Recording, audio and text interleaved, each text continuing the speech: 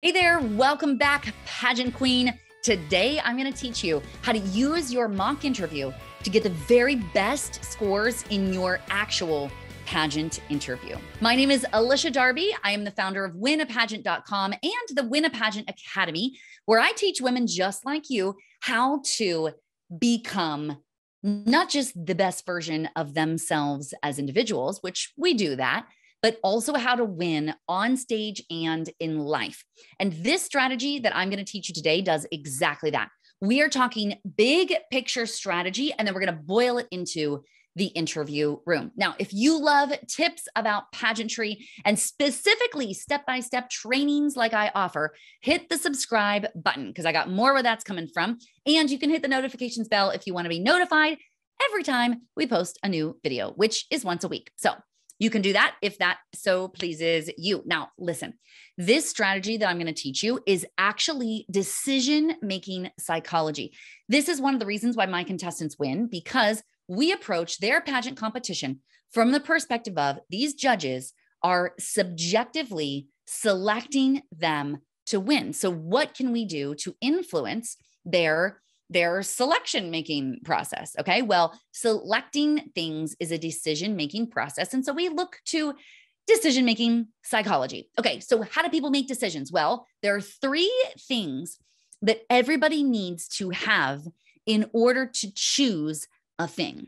And those three things, write them down if you're a note taker. Number one, to know what they are choosing. We got to know. We have to like what we are choosing.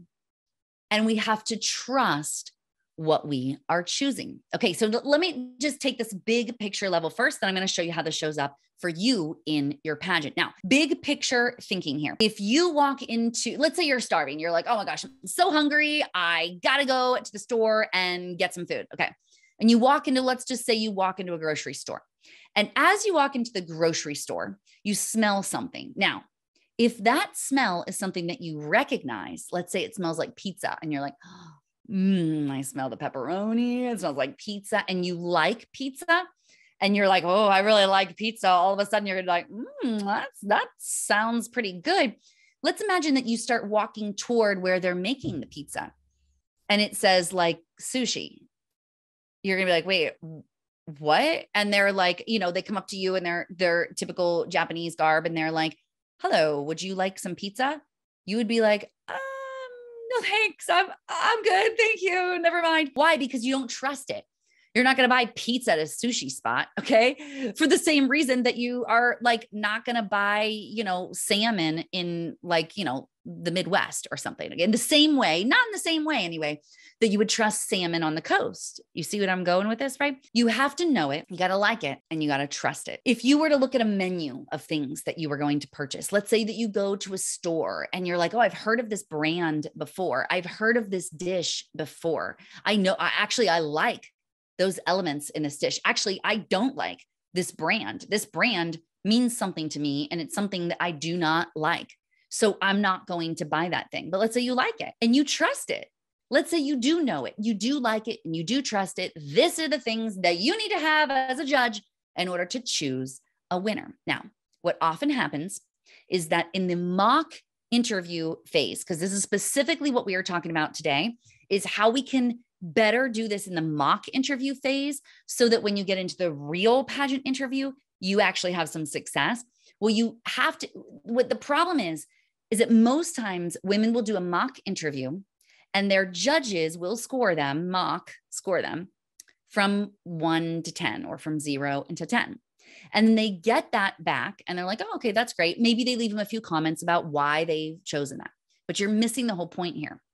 The point is not, would this specific individual score me on a 1 to 10?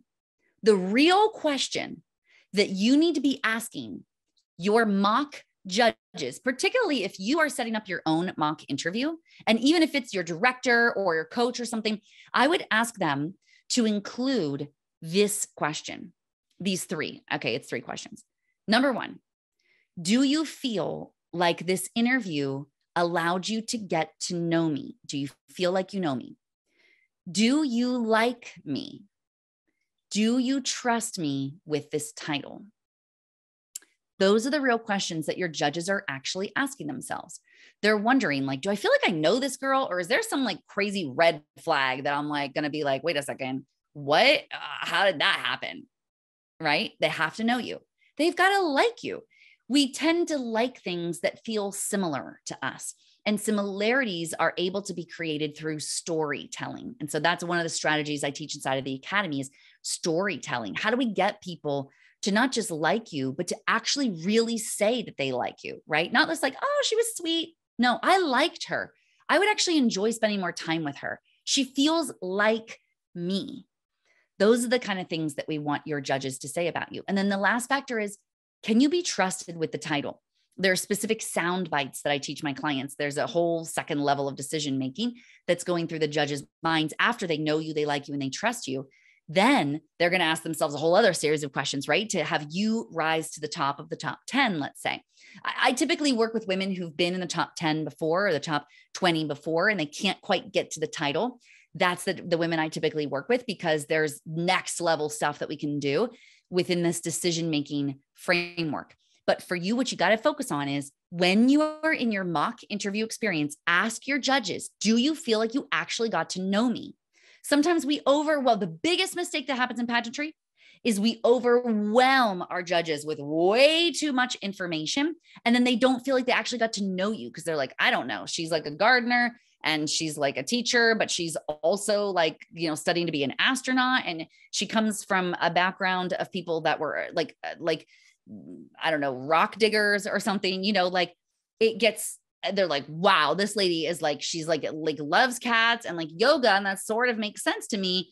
But then she like makes beer and now I can't understand her at all. Like, I just don't feel like I know her. Okay. No, they have to like you, and you do that through your stories. And then trust. How do they trust you with the title? That's with the legacy project. If you've been following me for any amount of time, legacy project is what helps them to trust you with the title. Okay.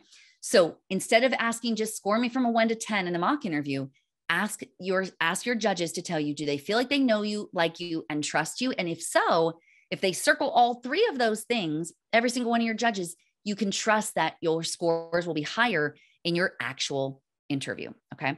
I hope that this was so helpful for you. Hopefully I gave you like a new insight, a new way to look at your pageant prep experience. If you love this kind of thing, join me for more videos like this, and check out the free pageant course, because I've got so much more good stuff for you there.